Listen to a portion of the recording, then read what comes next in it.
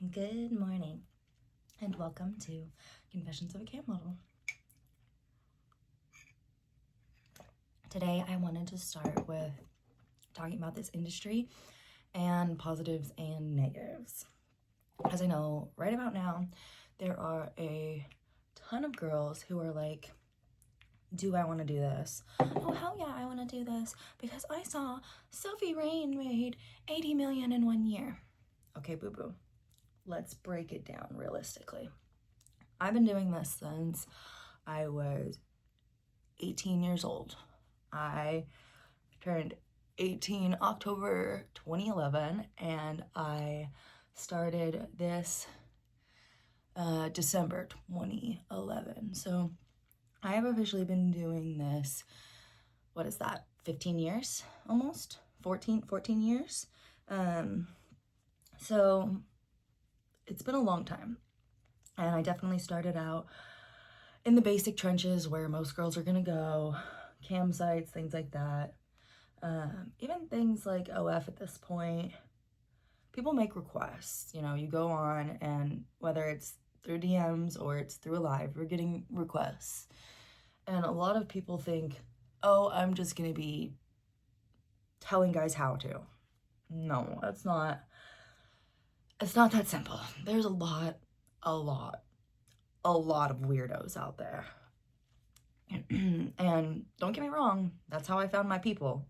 But the thing is I don't think a lot of girls are like prepared for what they're about to get themselves into. I want you to like ask yourself a few questions very start before you even think about it.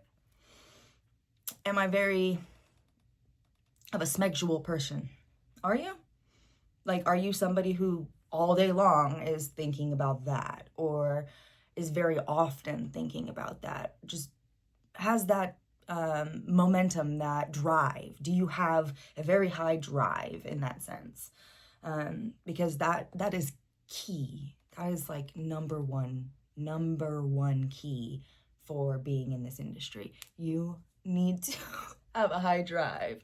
And if you don't, you'll find that just trying to keep up with these guys is exhausting.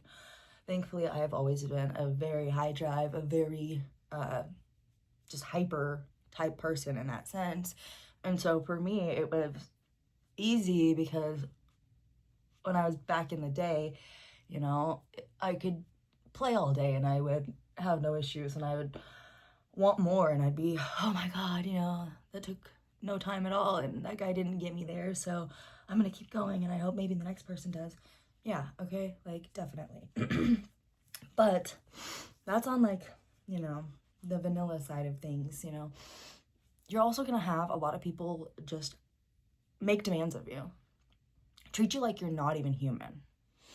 Do this, and then you go, like me, I'm at a point where I'm full dom, so I just say, use your manners, or weren't you raised correctly? Most of you guys, where you're gonna start, you're not gonna be able to say things like that. You're gonna have to do what you're told, or you're gonna have to say nicely, can you say please? Can you handle that? Can you handle people treating you like you're not even freaking human? That's another huge question you need to ask yourself. Can you handle people treating you like you are not a human being? To them, in those moments, they paid for you. You are not anything to them other than a product. And I know that sounds cruel, and I know that sounds disgusting, and I know that sounds maybe even sad to some of you, but that's the case. Think about it. If you go to the store, right? You buy something, you feel entitled to it, right? If somebody were to come to your grocery cart at your car and try to take that from your hands, you would say, no, I bought that, that's mine, right? So you have to think, how do people feel when they paid for a service? No, that's mine, I paid for this.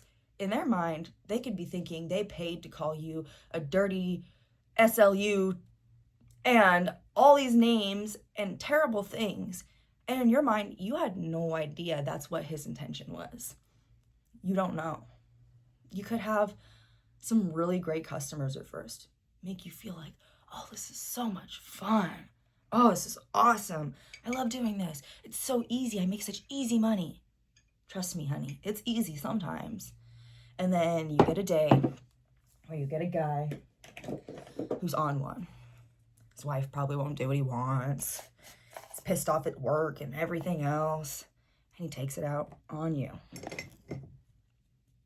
Hate to tell you, if you sign up to be a vanilla girl playing and very just open like that, that's what you're gonna get 100% of the time. Even if you are a dom, you are gonna have guys that come to your live room at some point and says something disrespectful, something rude, something, because this is an outlet for them. So I think that's something that a lot of people don't understand or accept, is that like this is an outlet for a lot of people. And when people are, trying to find the right word, excited, their brains don't really work the best. And we all know this, you know, men and women alike, we all know that it doesn't, they don't work at the same time. So there's definitely some times where I think, probably even after the fact, they go, oh, I probably shouldn't have said that. But it doesn't matter. You're still going to deal with it. And, you know, I would tell somebody no, and then I would be called fat and disgusting. I was like 115 pounds, soaking fucking wet at the time. It's because they're trying to hurt you and belittle you so that you do what they want. And that was when I realized that being vanilla, even though I loved playing and I loved having fun and I loved getting off, wasn't worth it, because I cannot for the life of me have someone sit here and tell me what to do and be cruel to me and mean to me. And when I say, I'm sorry, I don't do that, be called names or be told that I'm fat or I'm disgusting or just things that I know it's like you're literally just trying to get under my skin right now. I had somebody tell me one time, while I had braces, that I had small boobs and effed up teeth. Do you think that I don't know that if I have braces? Like, it was the stupidest thing in the world. I literally just started laughing out loud, because at some point you get kind of numb to the critiques, because you're like, you're somebody with your thing in your hand. Why do I give a F what you have to say? But realistically, like it really was like I was laughing and I'm sitting there like, I have braces on. Yeah, I know I have fucked up teeth. My teeth weren't even that bad. I just had crowding. I just didn't want crowding anymore. And it was funny, but it's not funny when you're first starting. It's not funny when you're having a bad day. It's not funny when things are going on in your life, when maybe you don't want to show up that day. It's just, it's really not funny, but I had to find a way to laugh at it, right? Because otherwise I probably would have sat there crying for no good reason over somebody who ain't do shit. And like, that's the thing though, is like, it's easy on good days to remind yourself that this person doesn't mean anything to me. They're nothing. They're not involved in my life. Than it is on the hard days when you're already looking at yourself in the mirror going, I'm a little chunky here, or I wish I had bigger boobs, or I, oh, this or all that, or my bags, you know what I'm saying? Like, on a hard day, it's gonna be harder to show up. If you aren't the kind of person who is, like I said, very sexual in the first place, and isn't sensitive, you can't handle critiques. Like, I'm a sensitive person. When I first got critiqued, no, that's hard. That's rough. There's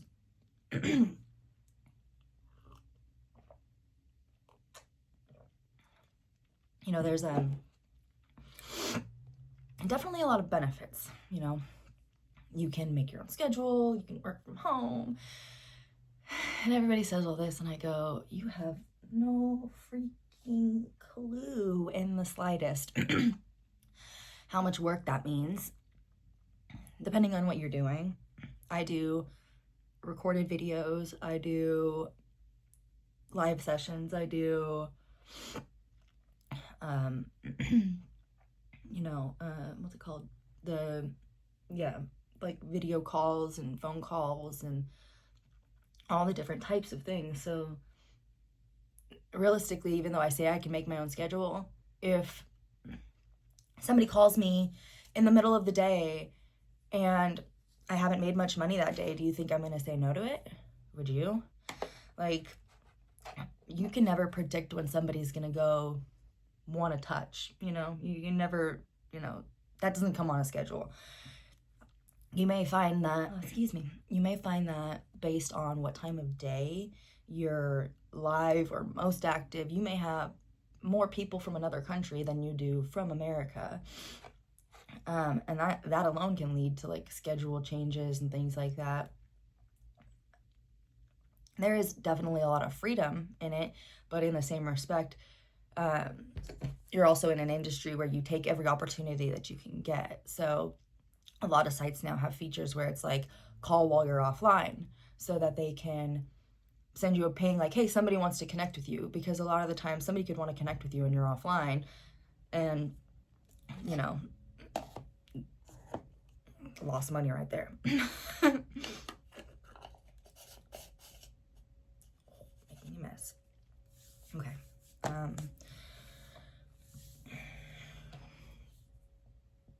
It's funny because I say there's a lot of goods, but I think it's a lot of freedom. I don't know if it's a lot of goods as much as that it is like it's a ton of freedom. I work for myself, yeah, cool, but taxes are freaking insane, okay? Like, you have to pay taxes every single year on this, girls. You can't just be like, oh, doesn't the company take it out? No, they do not. So, like, there's that. So taxes are insane. You know, no health insurance. It's not like I have health insurance from my job, you know.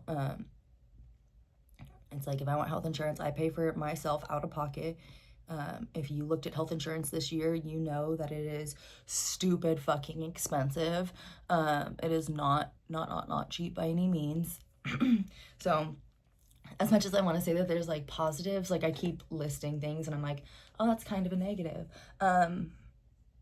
I will say I love that I found a lot of people who are passionate about the things that I'm passionate about. That was pretty cool. I've connected with a lot of really interesting subs over the years, and just really cool guys who, and even girls who, you know, are caring and kind individuals. But I will say that those caring and kind individuals are probably, shit, 1 in every 1,000. 1 in every 1,000. And that unfortunately says a lot.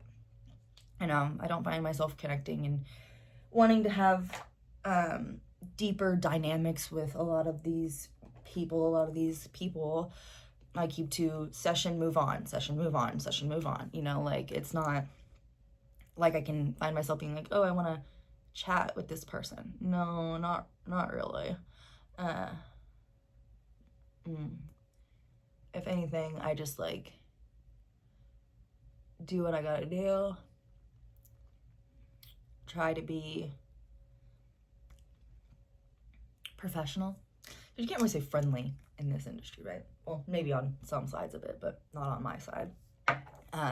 Try to be professional and try to continue to make those connections. And I don't know, honestly, I'm trying to find a positive for you guys right now, because like I said, like, the making your own money, the taxes kind of takes it out of you. The health insurance is hard. The clients are very, very hit or miss. Trying to schedule yourself and figure out what time of day will be the most poppin' for you is like hard. It's all this game of like figuring and like moving around, and like it's a lot. And I think a lot of these girls see people being like, oh, I made all this money, and they're like, I went, and then you're gonna go and end up disowned by half your family. Like, because I know that 90% of women don't have a dominant bone in their body. Like, most women are pretty either submissive or just neutral. And I'm expecting the comments, whatever, girls. Be big mad and be like, oh, I'm totally dominant. Can you tell a man what to do? Make him your BIC and all kinds of things? I doubt it. I doubt it. I doubt it.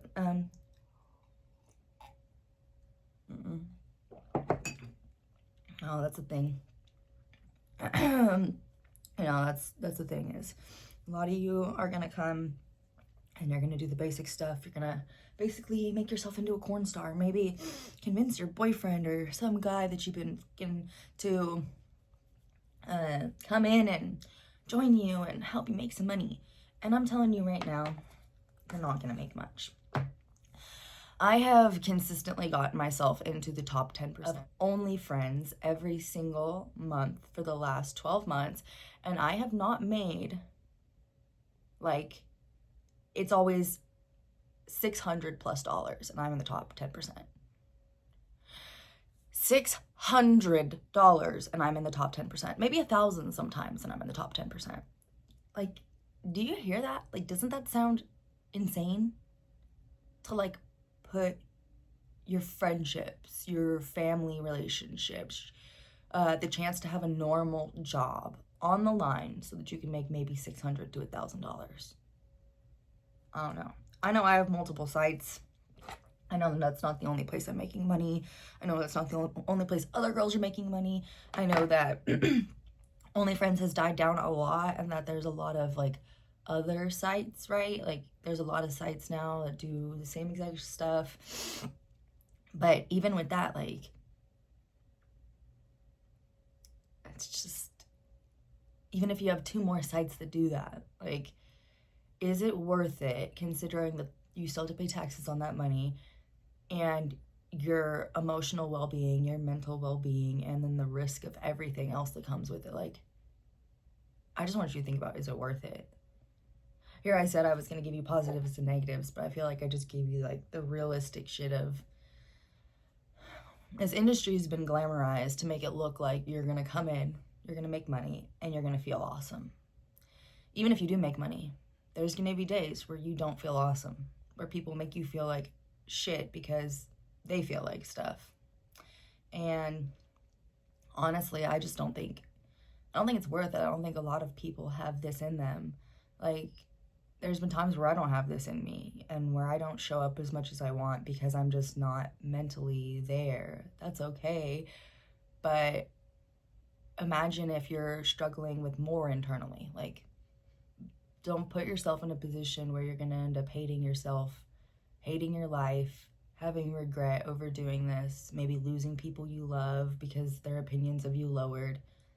Just don't. Like, if you're afraid of any of that, if any of that means something to you and that's, like, those are scary thoughts and you, like, listening and you're like, wow, I don't think I could handle all of these things that she's saying, then just don't. I know that it would be easier than working a 9 to 5. I know it would be. In your mind, it would be. But in my mind, I promise you it's not. It's not. It's not easier. It's just not. It's more emotionally draining. It's more taxing. It is more feeling like an object than it is a job. And I definitely want young women to think about that before they start this. And on that note, depressing as it may be, thank you for joining me for Confessions of a Cam Model this morning. And I look forward to next week's chat. Till then.